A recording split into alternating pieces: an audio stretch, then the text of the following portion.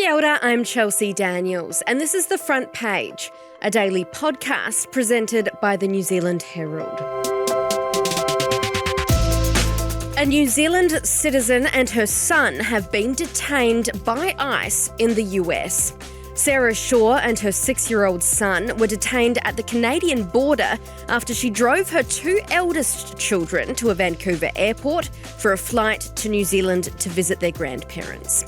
The pair are currently sitting in a detention facility in Texas.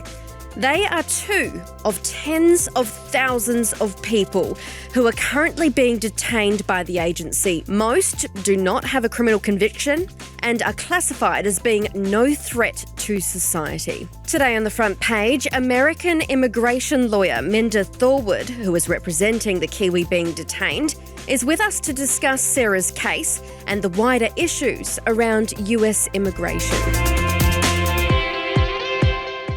Minda, tell me about Sarah's case. How did she and her young son end up in a detention centre in Texas? So she made an error, it was kind of an administrative error.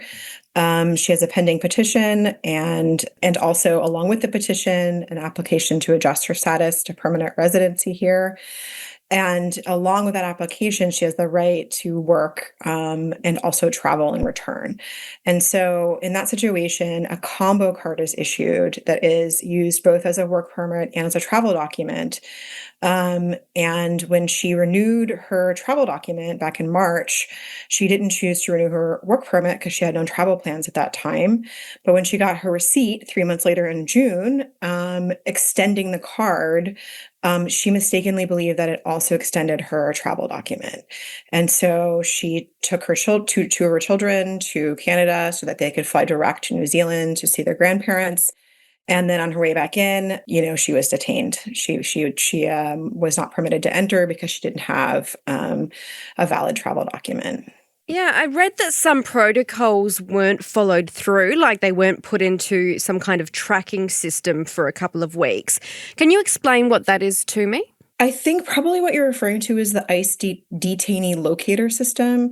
And what's supposed to happen is that when a person is detained by ICE, their information is immediately uploaded to a system based on their alien registration number so that their lawyers and their family can find where they're detained and also, contact the facility, arrange for local counsel if needed, that kind of thing. And they were not put into that system. And we've been seeing that more and more.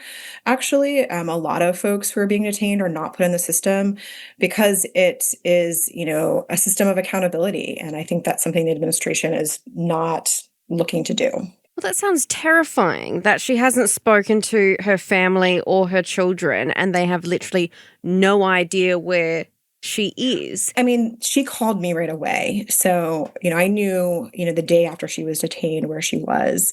And she's also been in touch with another friend. So she can call out. But had she not been able to do that, had she not, money to put on a phone account, we would not have been able to find her. So, and yes, it is very stressful and very terrifying. So what are the next steps now?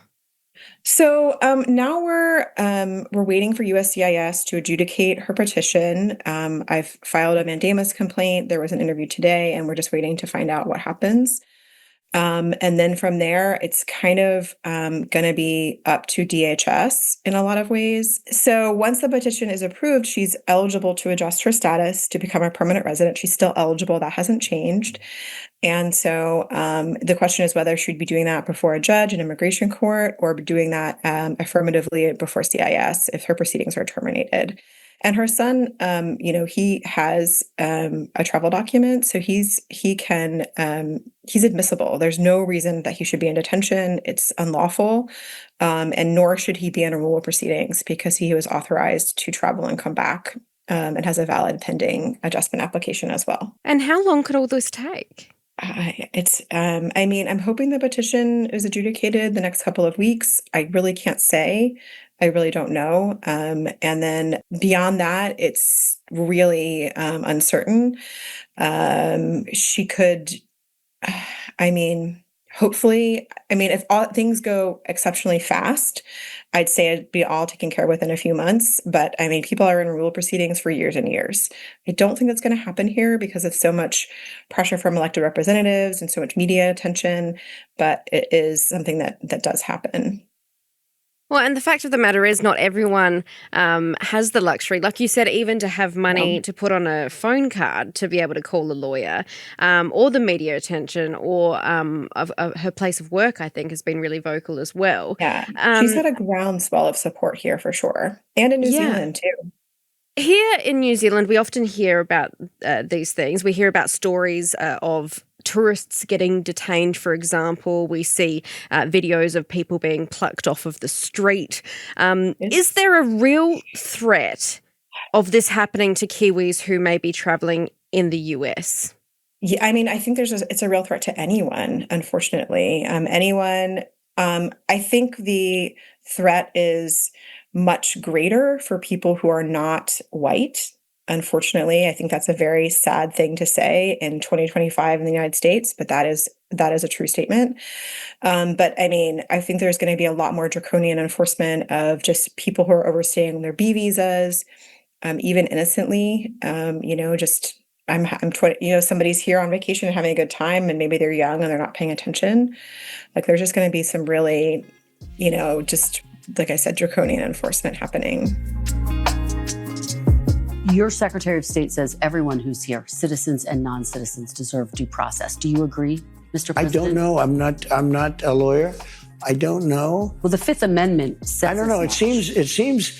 It might say that, but if you're talking about that, then we'd have to have 1 million or 2 million or 3 million trials.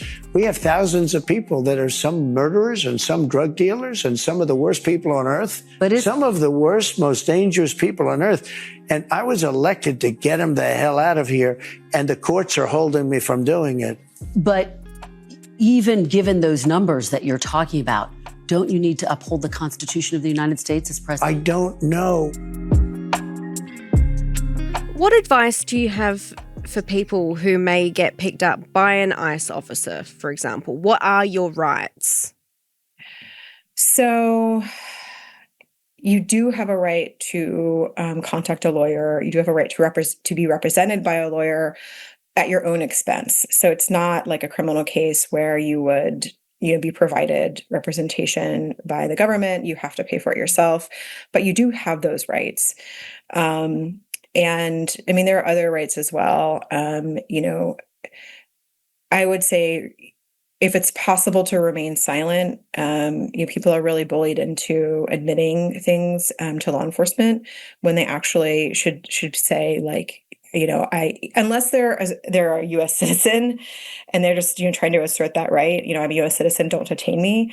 Everyone else, if their immigration status is uncertain or they're afraid, then just say, I want to speak to a lawyer, and that's it. Do you think ICE has gone too far in its enforcement of immigration laws in the US? Oh, absolutely. It has absolutely gone too far. I mean, nobody wants to live in a police state, I mean, that is what has been so wonderful about the US. We've been a beacon of democracy for a long time, and that is unfortunately not in danger. We are seeing an assault on democracy, an assault on the rule of law, on ICE officers detaining U.S. citizens, and just anyone who has brown skin or an accent. I mean, they really are going too far.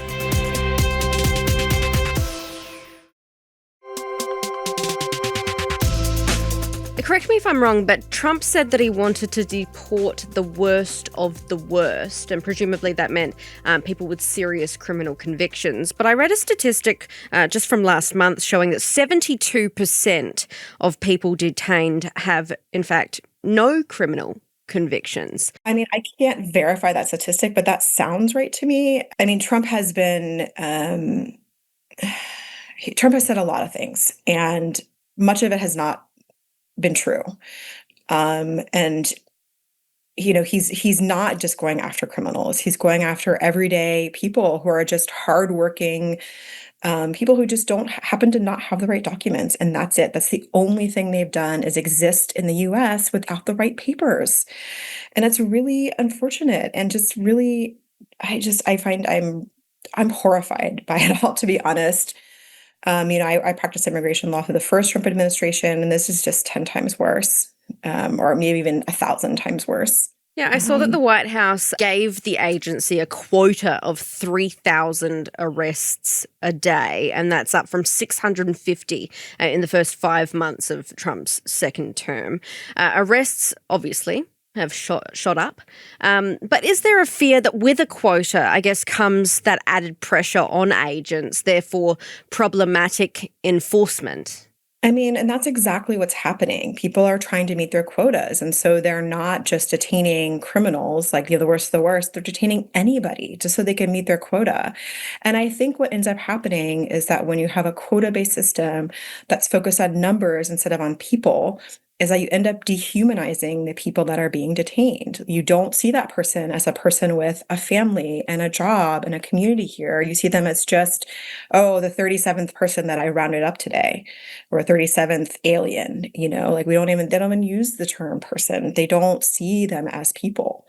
They just see them as, interlopers. And that's just not true. These people are all part of our communities, and they have rights that we should honor. You can see an agent using a large hammer to break the back passenger window of their car. Mary Lou says the agents were focused on her husband, Juan, but kept calling him Antonio. That's the name of another man who lives in their building. Thinking this is a case of mistaken identity, Juan called his attorney, who told him to stay in the car until she got there. But instead of waiting for their lawyer, the agent smashed the car window, broke into the vehicle, and dragged the couple out. They had no reason to detain him. We've been following the rules of this country. We're doing things the right way. That's why we have a lawyer. Right.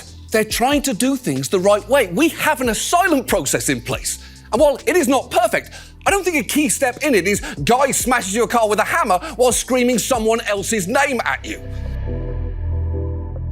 As an immigration lawyer, I'm assuming that you're very, very busy. So Yes. Thank you for your time. But also, can you tell me about a case that sticks out to you, perhaps, of something like this happening to someone?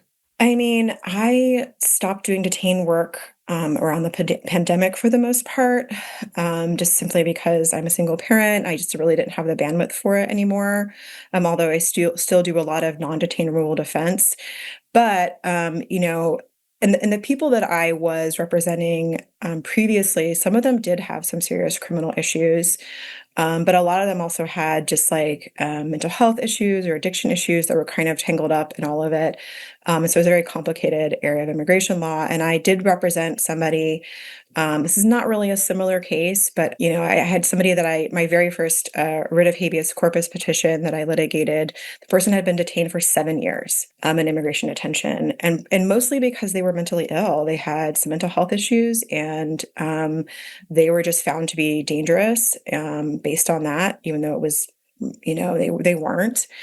And so we ended up litigating that and getting them released. But I do see there is quite a bit of unlawful detention that does happen. Of course, because New Zealand is so far away, we do see some real horror stories on the news about what's happening there in America. But also, I was thinking about this morning, about those stories of communities rallying behind their neighbour, so to speak. So their neighbour might be an immigrant, and you've got communities saying, well, you're not taking them unless you take me. So there's some real stories of community spirit and just some really nice glimpses of hope, I suppose. I mean, I would venture that most of the US, I mean, even the statistics show that most of the US does not support Trump's immigration policies. We do not want our neighbors to be scooped up and detained. We don't want families ripped apart. We don't want kids in cages. Like, none of us actually want that. The people that want that are a very small percentage of Americans. And so it has been really heartening to see so much resistance to these policies, to see these communities rallying around their community members who are being targeted. In your eyes, what needs to happen tomorrow if you had a magic wand to alleviate the situation? So many things. But if we're talking about Ms. Shaw, I would just, want her released from detention and her removal proceedings terminated, and for her to continue on the process that she was already, undertaking.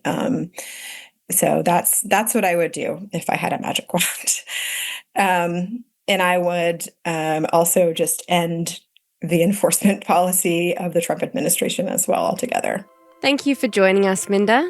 Welcome. Thanks for having me. That's it for this episode of The Front Page.